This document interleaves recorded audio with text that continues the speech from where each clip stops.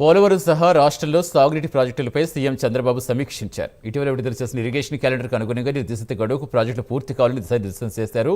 Water మేనేజ్మెంట్లో సాగునీటి సంఘాలతో పాటుగా ప్రజల భాగస్వామ్యం తీసుకొచ్చేలా చర్యలు చేపట్టాలని ముఖ్యమంత్రి సూచించారు.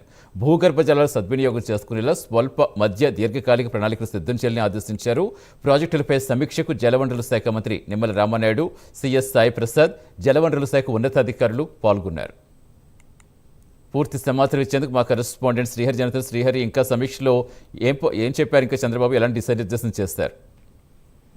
రైట్ సతీష్, ఏదైతే పోలవరం సంబంధించిన దానిపైన సీఎం చంద్రబాబు నేడు అమరావతి రాష్ట్ర సచివాలయంలో సీఎం చంద్రబాబు అధ్యక్షతన ఇరిగేషన్ అధికారులతో పాటు అదేవిధంగా ఇరిగేషన్ శాఖ మంత్రి నిమ్మల రామానాయుడు ఈ సమీక్షకు అయితే హాజరయ్యారు. అయితే దీంట్లో ప్రధానంగా ఇటీవల విడుదల చేసిన ఇరిగేషన్ క్యాలెండర్ కు అనుగుణంగా నిర్దేశిత గడువుకి ప్రాజెక్టులు పూర్తి కావాలని చెప్పని సీఎం చంద్రబాబు దిశానిర్దేశం చేశారు. అంటే 2027 కల్లా మేజర్ ఏవైతే ఇరిగేషన్ ప్రాజెక్టులు ఉన్నాయో ఇవన్నీ కూడా పూర్తి చేయాలని చెప్పని రాష్ట్ర ప్రభుత్వం భావిస్తుంది. అయితే ఈ నేపథ్యంలోనే వీటిపైన ఎప్పుడు ప్రతి నెలలో 2-3 సార్లు రివ్యూలు అయితే సీఎం చంద్రబాబు చేస్తున్న పరిస్థితి కనబడుతుంది. అయితే దీంట్లో ప్రధానంగా ఆ వాటర్ మేనేజ్మెంట్ ఏదైతే ఉందో వాటర్ మేనేజ్మెంట్ లో సాగునీటి సంఘాలతో పాటు ప్రజల భాగస్వామ్యం కూడా తీసుకొచ్చేలాగా చర్యలు చేపట్టాలని చెప్పని సీఎం చంద్రబాబు సూచిస్తున్నారు. అయితే ఇటీవల కాలంలో ఏదైతే సాగునీటి సంఘాలు అంటే డబ్ల్యూ ప్రెసిడెంట్లు ఎవరైతే ఉంటారో క్షేత్రస్థాయిలో ఆ